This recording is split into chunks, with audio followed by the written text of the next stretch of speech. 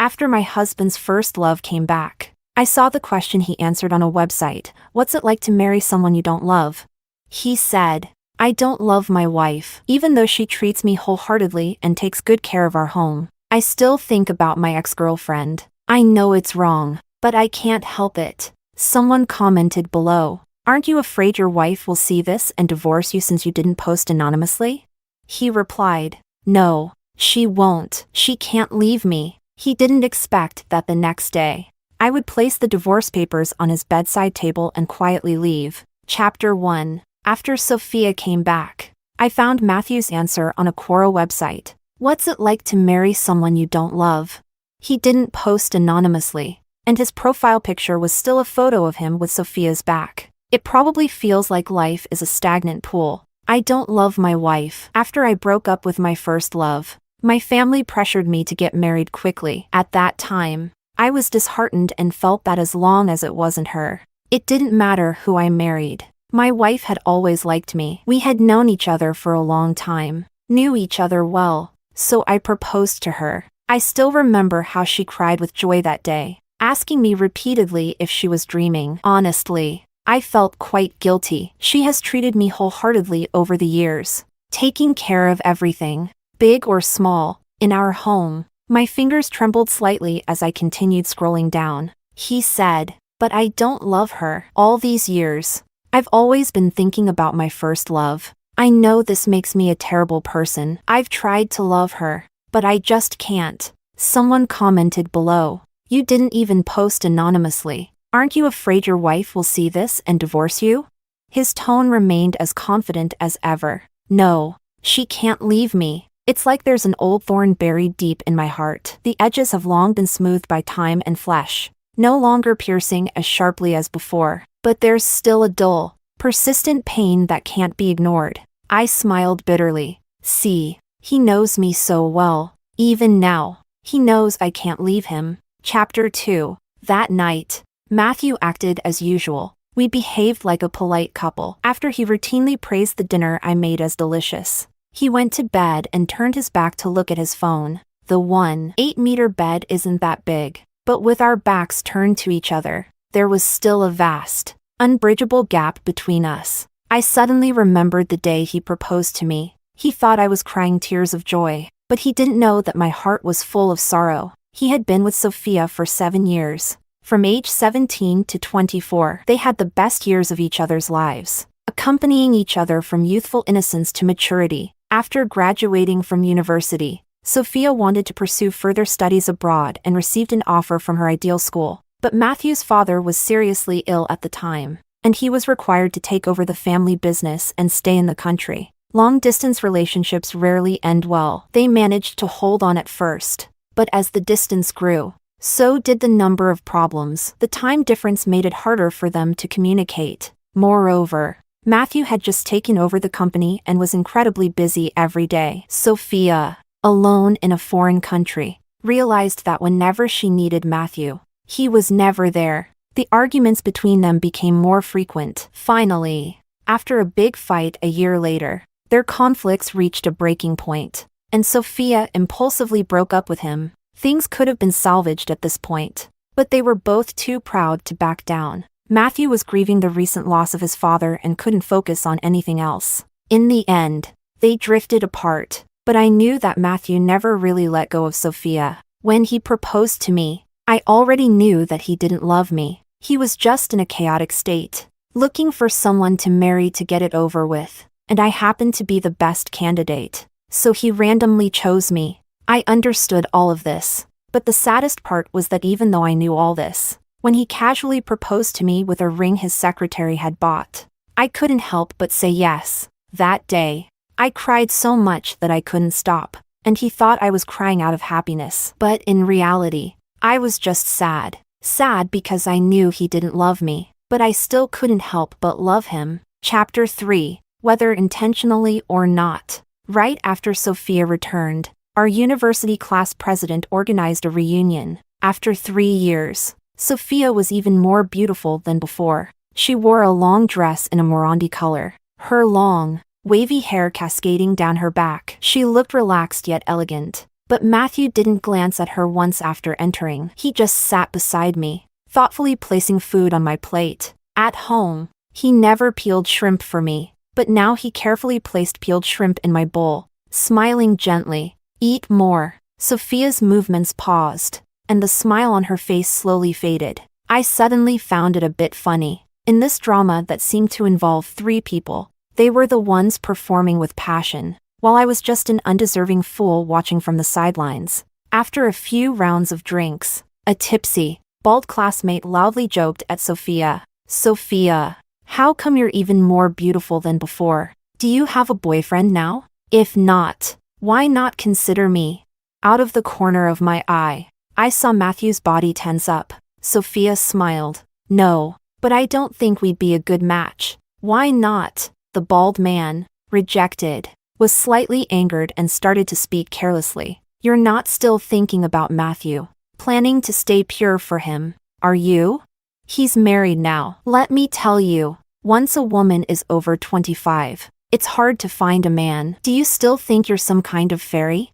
Sophia's smile faltered. "You've had too much to drink." Another classmate, who seemed eager to stir up trouble, pulled out her phone. Maybe they both still have feelings. I saw Matthew answered a question on Quora about what it's like to marry someone you don't love. "Sophia, isn't this photo of you and Matthew? It's still in your WeChat moments." Hearing the potential for drama, everyone pulled out their phones. "Where is it?" Even Sophia, seeing that answer, looked at Matthew with a complicated expression. Her eyes slightly reddened. Matthew met her gaze. I felt cold all over, barely able to stop myself from trembling. In front of everyone, they all knew that my husband actually loved another woman. In that moment, I felt as if I had been stripped bare and paraded through the streets. I wanted to stand up and run away immediately. After what felt like an eternity, Matthew finally spoke. His voice was steady, but if you listened carefully, there was a slight tremble. "It's nonsense. My wife and I are fine. Let's continue eating." The classmates nodded and put away their phones. But throughout the rest of the meal, I could feel countless eyes on us. The gazes that landed on me were filled with either pity or ridicule. This was probably the hardest meal I've ever had to endure. As the gathering was ending, Matthew said, "I'm going to the restroom," and got up to leave. Not long after, Sophia also left. Several people glanced at me, some intentionally, some not. I didn't know what to feel anymore. I just pretended nothing had happened and continued eating mechanically. After the reunion, everyone left. I waited for a long time, but Matthew didn't return, so I got up to leave. But as I passed through the hallway, I suddenly heard Sophia's tearful voice. I looked over from the shadows. Sophia had hugged Matthew from behind, crying. "But you still have feelings for me." Matthew frowned. "You're overthinking it. I'm already married." Sophia, with tears in her eyes, said, "Then why didn't you dare look back at me? What about your answer, Matthew? You obviously don't love her." She sobbed. "I know this is wrong, but we were together first. If it weren't for her, we might have already gotten back together." "Matthew, I came back for you. I was immature before, but can we start over?" Matthew's body stiffened, his expression hidden in the shadows, making it hard to see. After a long time, he slowly turned around and pulled Sophia into his arms. They kissed passionately, almost desperately, as if trying to release years of suppressed emotions. And I silently watched from the side, as if a blade was tearing through my heart. I don't know why, but even though they were the ones being intimate, I was the one who ran away. When I finally reached the dim streetlight, I touched my face and realized that at some point, it had become cold and wet. Chapter 4. That night, Matthew came home very late. He seemed to want to explain something to me, opening his mouth but not knowing what to say. I smiled as usual. "Let's rest first. We can talk about it later." He relaxed, his furrowed brow easing. When I took my blanket and headed to the guest room, he was momentarily stunned but didn't stop me. In the middle of the night, I opened Quora. There were a lot more comments under Matthew's answer, probably from classmates who had witnessed the drama tonight, and his reply was still the same. "No, She won't. She can't leave me. The night outside was blurred by the mist, casting shadows through the window, and the sheer curtains billowed in the wind. I sat up and took a divorce agreement from the drawer. Over the years, although Matthew didn't love me, he was still a good husband. All these years, he handed over all his salary and bonuses to me. In fact, over the past year, he had started to change gradually. He would kiss me before leaving the house, and during our intimate moments before bed, he would whisper my nickname tenderly. When I had trouble sleeping due to menstrual cramps, he would warm his hands and gently massage my abdomen. Several times I woke up in the middle of the night to find him nodding off from exhaustion, but his hands still moving. At that time, I thought he might fall in love with me, but when Sophia returned, I realized it was all just my illusion. I divided the money we had saved over the years into 2 parts, signed the divorce agreement, quietly placed it on the coffee table, then dragged my suitcase to the door, gently closing it as I left.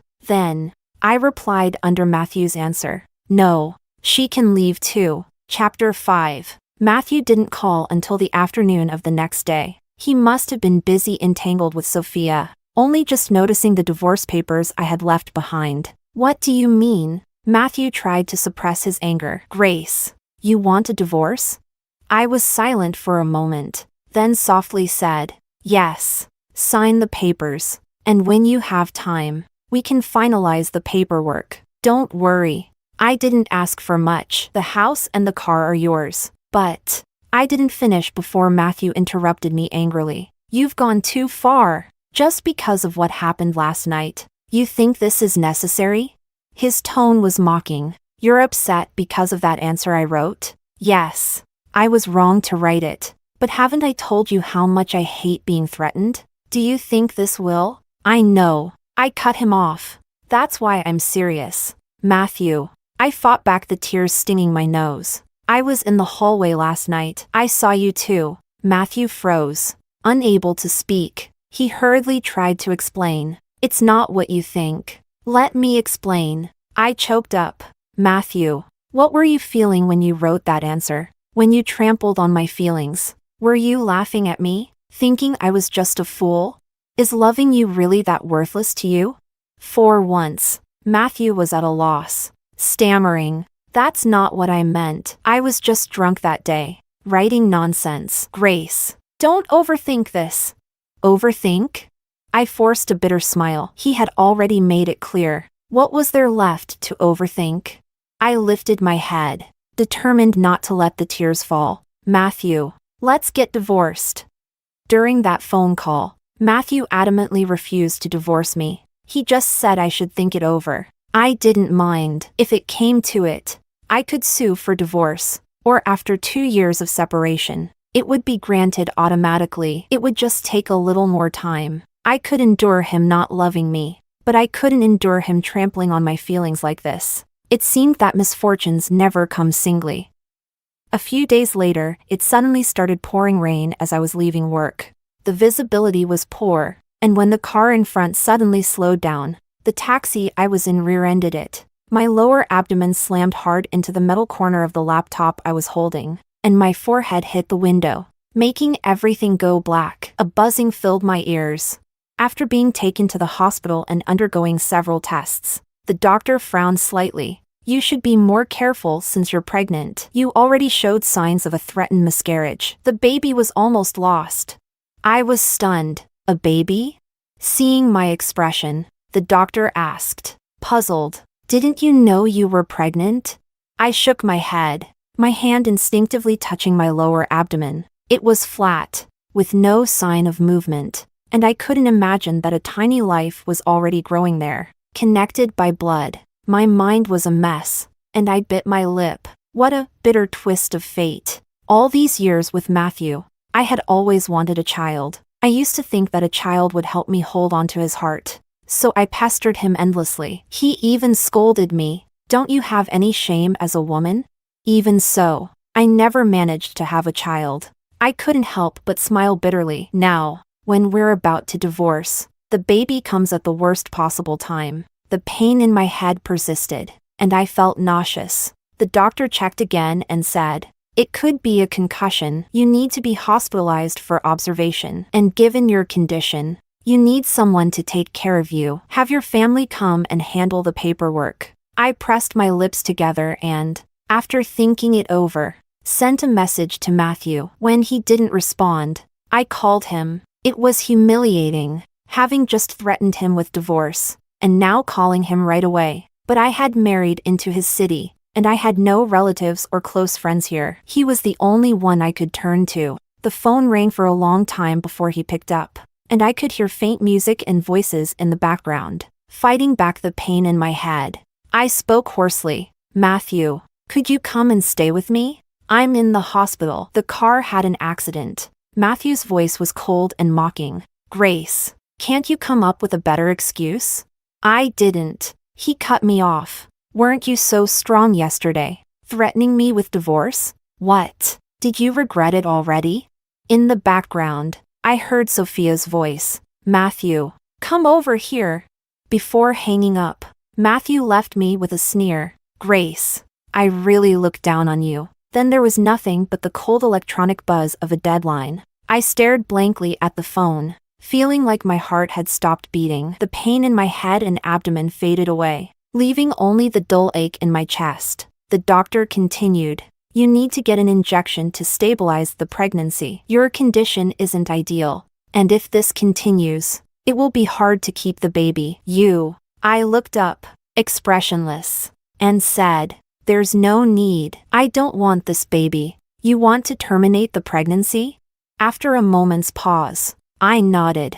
My tongue tasted bitter and numb, but I still forced out the words. Yes, I want to terminate this pregnancy. Chapter 6. Because I wasn't in good condition on the first day, the doctor scheduled the surgery for the next day. Before the surgery, I opened my phone and saw Sophia's post on her moments. In the revolving restaurant at the TV station, she was making a wish over a cake, and Matthew was beside her, smiling gently at her. The caption read, wishing that every year from now on, you'll be by my side. A sharp pain shot through my lower abdomen, quickly spreading to every part of my body. I couldn't help but hunch over slightly, gripping the bed rail for support. No wonder he refused to come and be with me. He was busy celebrating Sophia's birthday. Of course.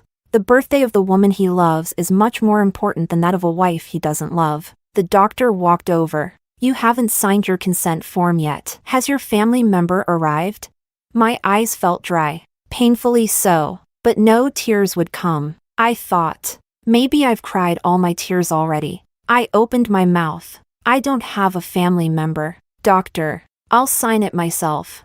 A miscarriage isn't a major surgery with anesthesia. I didn't feel a thing, and even when I got off the operating table, it didn't feel that painful. I just felt empty, like a part of me had disappeared. After the car accident and the miscarriage, I took half a month off to recover at home. Once I felt a bit better, I went downstairs to buy some of my favorite foods, trying to pass the time by cooking at home. I needed to keep myself busy, otherwise, the emptiness would consume me. I went to a supermarket I used to frequent, but as I was picking out some beef, an irritating voice sounded behind me. Isn't this Grace? You're grocery shopping too? I turned around, and there was Sophia, her arm hooked around Matthew's, a knowing smile tugging at her lips. Why are you here alone? I didn't want to say a single word to her and turned to leave, but someone grabbed my wrist. Matthew looked at the bandage on my leg, his brow furrowed. You're hurt? I sneered. It's only been a few days, and you've already forgotten? Mr. Wong, how could you be suffering from dementia at such a young age? That day, Matthew looked slightly dazed. I thought you were lying to me. I laughed. Mr. Wong was busy celebrating someone else's birthday. Of course. There was no time to come over, but we're getting divorced. Who you want to be with is your business. It's none of my concern. Matthew's brows furrowed tightly, and he looked at me with some surprise. I had never spoken to him like this before, but perhaps because he felt guilty, he patiently tried to explain. It's not what you think. That day, I looked at him, then yanked my hand out of his grip with force. Get lost, I said coldly. Matthew, just hearing you talk makes me sick. I didn't want to look at his face that made me feel so uncomfortable anymore, so I turned and left. Matthew stared at me in shock, the words in his mouth left unspoken. That evening, I received a WeChat message from Matthew. He hadn't messaged me in a long time. Scrolling up, the chat history was almost entirely messages from me. Will you be home for dinner tonight? I'm making your favorite sweet and sour pork. Today I saw a stray cat by the roadside that had eyes a bit like yours. Haha, JPG. The last message was the one I sent from the hospital that day. I was in a car accident. Can you come be with me? He never replied. I had been foolishly playing a one-woman show. But today, he actually messaged me. Matthew explained. Sophia said she had no one to celebrate her birthday with when she returned to the country. So I went. There's nothing between us. Don't misunderstand. I don't know what got into him. But for the first time, he was softening his stance. It was wrong of me not to come to the hospital that day. It won't happen again. I suddenly found it a bit ridiculous. Being with Matthew. It seemed like everything was wrong. The person was wrong. The timing was wrong. Everything was wrong. When I wanted a child, I couldn't have one. And now that we were about to divorce, the child came, only for me to have to terminate the pregnancy. I had waited so long for his explanation. And now that I didn't need it, he came running to offer it. How absurd. It seems that we were never meant to be together. I had forced it. Now I've finally realized that a forcibly picked melon is so bitter. Chapter 7. A few days later, I received another call from Matthew. It was midnight, and his voice was hoarse, tinged with a hint of pain and impatience. Where did you put my stomach medicine? Years ago, Matthew was so busy with work that his meals were irregular, leading to a severe stomach condition. Over the years, I had been meticulously caring for his stomach. Every meal he ate was prepared by me, with every ingredient carefully chosen. In addition to Western medicine, he had been taking a type of traditional Chinese medicine. However, one of the ingredients was difficult to find, so I would fly to the old Chinese medicine doctor every 3 months, bring back the supply, and brew the medicine for him daily. I guess since I left, no one has been there to watch over the pot for hours to brew his medicine. Has his stomach condition flared up again? Without any emotion, I replied, It's all gone. Matthew was stunned, and after a moment of silence, he spoke with a voice tinged with pain. Why didn't you go get more? Go get more this time. During the years we were together, I never once missed giving him his medicine, except when the doctor specifically advised against it. Even in the freezing cold of winter, I would fly to buy the medicine, waiting outside the pharmacy at 4 in the morning to make sure I got it in time. But now, on what grounds does he expect me to do this? I coldly responded, Are you out of your mind? Go ask Sophia to get it for you. Before he could finish, I hung up the phone and blocked him on all platforms. I thought that would be the end of it. But when I got off work the next day, Matthew was waiting for me. He stood by the roadside, wearing a long black coat, looking like a model in a fashion shoot. My colleagues passing by couldn't help but glance at him, whispering excitedly. I was momentarily stunned, then frowned. When we were together, I had fantasized about him picking me up from work, but he never liked being seen in public with me and always refused. Now that we were getting divorced, what was he doing here? Seeing me, Matthew strode over and grabbed my arm. He was displeased. Why did you hang up on me last night? I looked at him. He was genuinely confused and annoyed, as if this whole time, I had been acting in a one-woman play while he remained detached. Suddenly, I felt exhausted, a wave of indescribable disgust washing over me. I yanked my arm out of his grasp. We're getting divorced. I don't think there's any need for us to talk anymore. He frowned. Divorced? Are you still mad about Sophia? I already told you there's nothing between us. Can't you stop being so unreasonable? Looking at the man I had loved for so many years, I suddenly felt an overwhelming surge of anger. Even now, he was still referring to that woman as Sophia, still insisting there was nothing between them. And he thought I was being unreasonable. Does he not realize why I'm angry? Does he not understand that he shouldn't be saying this? No. Matthew is a shrewd businessman. He knows exactly what to say in any given situation. He just doesn't care. He thinks of me as nothing more than a dog who, no matter how much he hurts, abandons, or disrespects me, will always wag its tail and stay by his side. He just doesn't think I'm worth any effort. Rage roared through me, burning away my last shred of reason. I suddenly couldn't stand it anymore and slapped him hard across the face. Slap! I didn't hold back at all. The slap was firm and fierce, causing Matthew's head to jerk to the side. For a moment, he stood there, eyes wide in shock, completely stunned. At that moment, Sophia suddenly marched up from behind him, her brow furrowed. Matthew, what are you doing here? She turned to me, her expression instantly changing to one of disdain, almost sneering. Grace, can you stop bothering Matthew? He's always loved me. If it weren't for you interfering, we might have been married by now. And even now, you still won't let him go? Can you have a little dignity? Sophia's company was nearby. She must have just gotten off work. What a twisted fate that the three of us would run into each other like this. Her words immediately drew the attention of passers-by, and I could already see people taking pictures and whispering, "So she's the other woman. Huh? How shameless. The wife is so pretty, yet she's still causing trouble. Unbelievable." I clenched my fists, trying to hold back, but I couldn't stop myself and slapped Sophia too.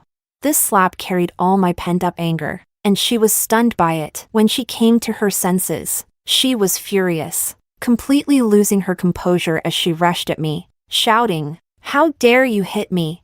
How dare you hit me?" In the past, I had always held back because I loved Matthew, not wanting to upset him. I always believed that if I treated him well, if I stayed by his side, after 5 or 10 years, he would eventually notice me. But now I realize that you can't earn love by trying to impress yourself. Love is selfish. Just like he loves Sophia, she doesn't have to do anything. Yet she's been on his mind for all these years. And no matter how much I humbled myself, no matter how much I gave, he doesn't love me. I grabbed Sophia's wrist and said clearly, one word at a time. First of all, I didn't interfere with your relationship. We got together a year after you broke up. Secondly, we're still married. We're legally husband and wife. You're the one interfering in someone else's relationship. Lastly, I don't understand why you're so arrogant. You're the mistress breaking up a marriage, yet you dare to lecture the wife? Is this what you call dignity? If that's what you call dignity, then I can't learn it. I studied law in college, and the angrier I am, the clearer my mind becomes. Everyone around us was shocked. So she's the mistress, and she's still this arrogant? Unbelievable. Are mistresses really this shameless nowadays? Let's post this online and make her famous. Mistresses deserve to be shamed.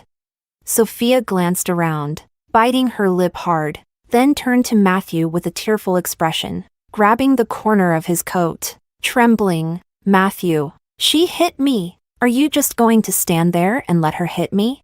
You love me, right? Tell her it's her who interfered with us." I sneered.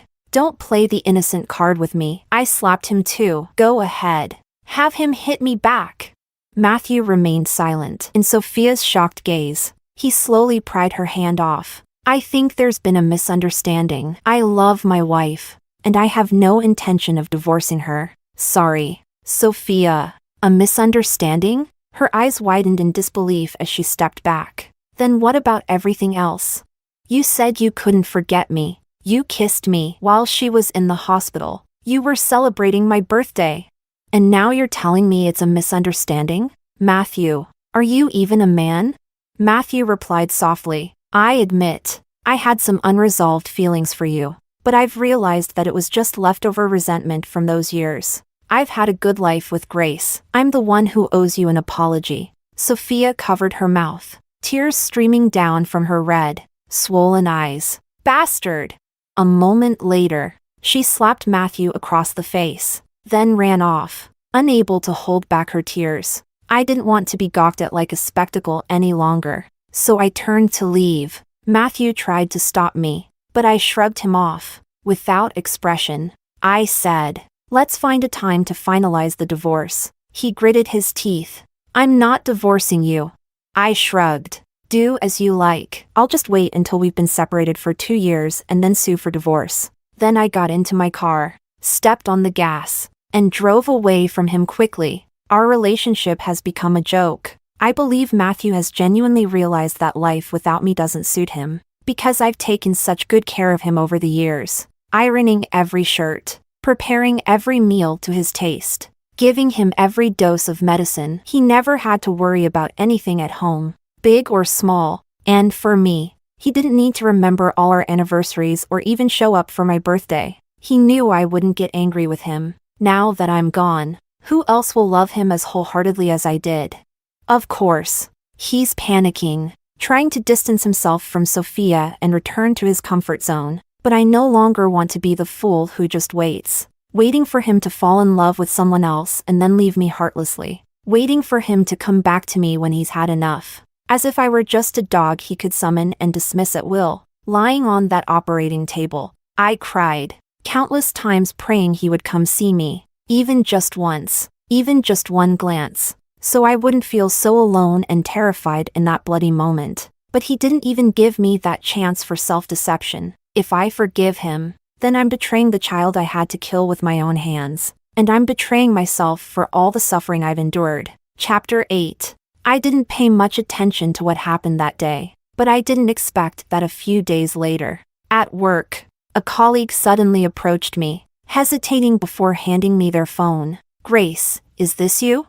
I froze and looked at the phone screen. It was the familiar scene outside the company building, with Matthew, Sophia, and me arguing. The video was playing right at the moment I slapped Sophia, leaving her stunned while I called her a mistress. The video had gone viral, with thousands of comments and bullet chats flooding in. "This mistress is shameless. She's the one who interfered in someone else's relationship and still dares to confront the wife. Serves her right to be slapped. Haha.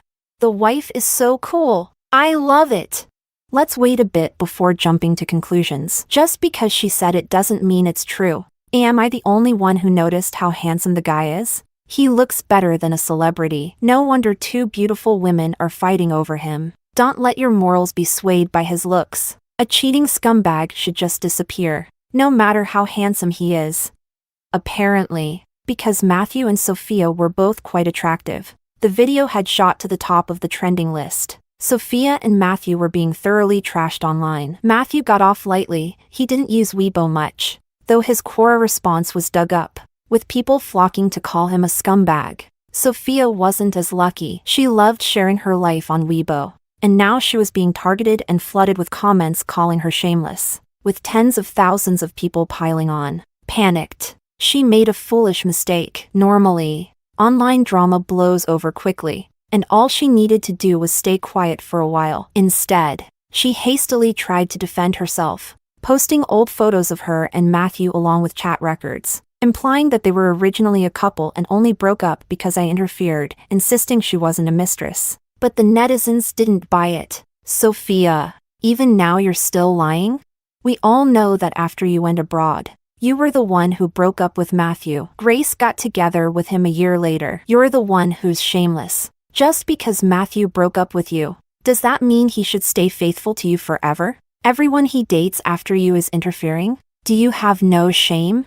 Sophia's old Weibo posts from when they broke up were dug up, where she herself had written, "Love couldn't survive the distance. Whenever I needed you, you were never there." This tweet confirmed that their breakup was due to long-distance issues, and had nothing to do with me. The drama's intensity escalated, and because she engaged in arguments with commenters, Sophia was dubbed the shameless mistress, and her personal information was exposed. Even her university thesis was found to be plagiarized.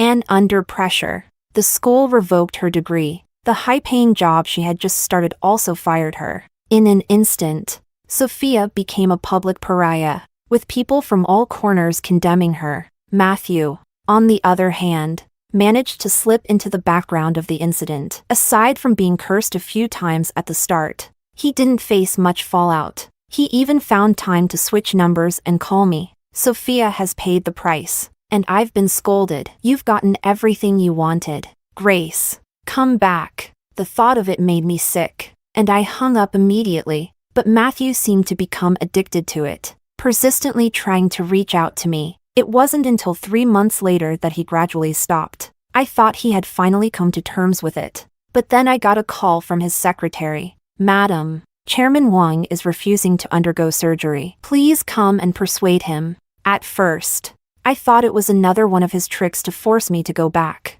But the secretary's voice sounded different. Chairman Wang has been diagnosed with stomach cancer. It's already in the middle stages. The doctor said that if he doesn't have surgery soon, it'll be too late. Please come quickly.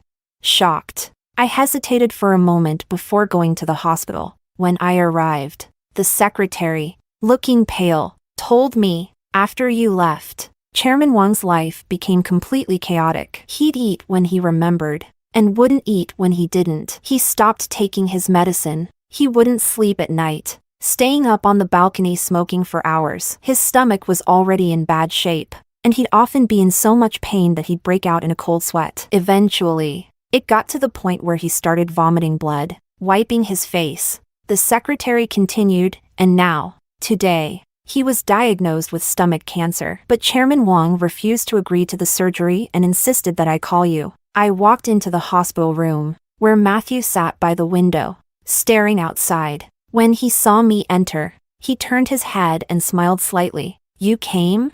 After a few months apart, I almost didn't recognize him. Matthew used to be fit and strong, always working out, with a body that looked good in anything. But now, the tall, muscular man had lost so much weight that his clothes hung loosely on him. I frowned. What are you trying to do?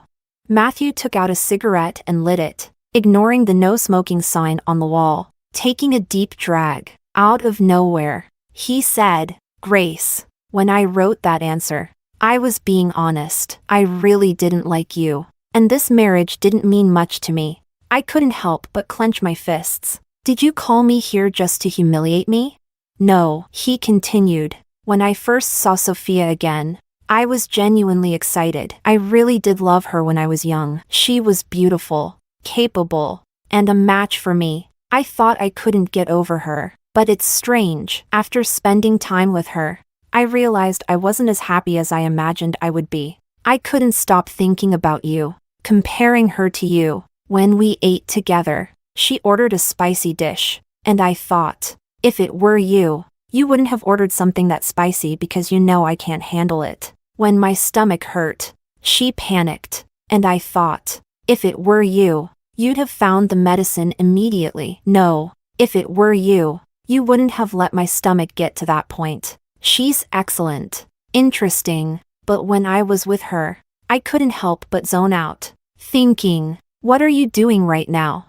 I interrupted him. I was getting an abortion. Matthew froze, suddenly looking up. After the car accident, the doctor asked if I wanted the baby. I tried to call you, but I couldn't get through. Later, I found out you were celebrating Sophia's birthday. I spoke with a mix of pain and bitter satisfaction. So, while you were celebrating at the revolving restaurant at the TV station, I was lying alone on an operating table, killing our child with my own hands. Matthew's already pale face turned ashen, and the cigarette burned down to his fingertips without him seeming to notice. Remaining motionless, after a long time, he finally lowered his head, taking a deep drag from the cigarette. His hand trembled violently, ashes falling to the ground. As he rasped, no wonder you won't come back. These days apart, I couldn't stop thinking about the past. Back then, whenever I came home, you'd always blush and give me a kiss.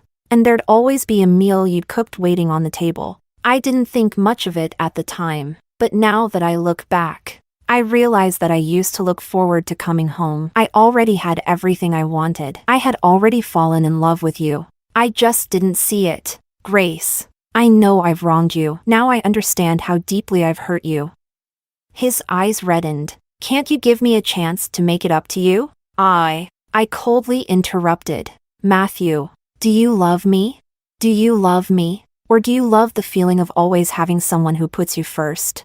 Do you really want me back? Or do you just want me to keep taking care of you like before? I sneered. In the end, you've always just loved yourself. When Sophia brought you excitement, You didn't hesitate to abandon me and be with her. Did you not know I'd be hurt and upset? Of course. You knew. But you didn't care. Then you realized she couldn't take care of you the way I did. And you started thinking about me. To put it bluntly, you've always been selfishly chasing what you want. Love? Do you even deserve to say the word love? Don't disgust me. Matthew's gaze dimmed with each word I spoke. He was silent for a long time. Whether you have the surgery or not is up to you. But as long as we're still legally married, I'll have to come sign the papers for you. With that, I turned to leave. Just as I reached the door, Matthew spoke. Grace, you're right about everything. I am a selfish person who would do anything to get what I want. You gave your all to me, but all I gave you was pain. I don't deserve you. But there's one thing I didn't lie about. His voice seemed to come from a distant place. I really do love you. I lifted my head, saying nothing, and pushed open the door. I had waited too long to hear those words. So long that even now, the lingering emotions in my body made my eyes well up with tears. But I won't turn back anymore. I've finally realized that someone who doesn't love you never deserves your love. Chapter 9. I heard about Matthew again 2 months later. By then, I had already started a new life. I forced myself to delete and throw away everything related to him. I had loved him for so long that this habit had become a part of me. Ripping it out was like tearing off a piece of my flesh, leaving a bloody wound. But I had to move forward. Just as I was trying to forget everything, his secretary called. Chairman Wang's surgery was quite successful, but the doctor said it won't prolong his life by much. We're planning to go abroad for treatment. Chairman Wang asked me to tell you that he knows you don't want to talk to him. He's leaving the day after tomorrow. But tomorrow morning, he wants to go with you to get the divorce certificate.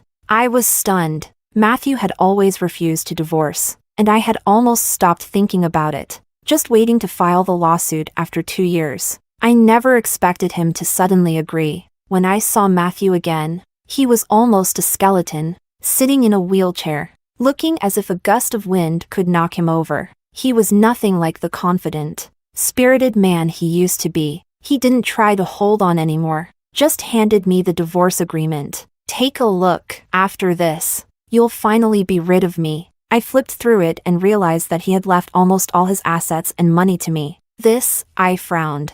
I don't want this much of your money. We agreed to split it evenly. Keep it. I have no use for it anymore, and I won't be able to spend it for long. He smiled with a sense of relief. I caused you a lot of trouble before. Consider this my insignificant compensation. Maybe facing death really can change a person completely. Matthew had become someone entirely different from before, much calmer. We completed the divorce process smoothly. As we walked out, I couldn't help but feel a sense of nostalgia. Years ago, I had come to this same place, full of joy, to marry the man I had loved for so many years, thinking we would be happy forever. But in just 3 short years, everything had changed. I'll be going now. Matthew gripped the small booklet tightly in his hand and waved at me. I don't know if I was imagining it, but his eyes seemed to glisten with a hint of red. Tomorrow, I'm leaving for the US. I don't know if we'll ever see each other again in this life. Take care of yourself. I should hate the man in front of me. He had hurt me deeply. But at this moment, all I felt was a dull ache in my chest, a bitter taste spreading through my mouth. Goodbye. He was pushed away by his secretary, still waving at me as he went. Grace, be happy. I wiped the corners of my eyes and held back, not saying a word. I had already said everything, both what should and shouldn't be said. Over the years, now, there was nothing left to say. Perhaps, for us, this was the best ending. Let's part ways here, and each go our own way. I turned and walked away, and we moved farther and farther apart, backs to each other, until, finally, we were out of sight. Today, the sun was shining brightly, so bright it was almost blinding. As I walked, everything in front of me became blurry, but I won't look back. No matter how much it hurts, I'll keep moving forward. In my heart, I silently said, goodbye, my past. Goodbye, Matthew.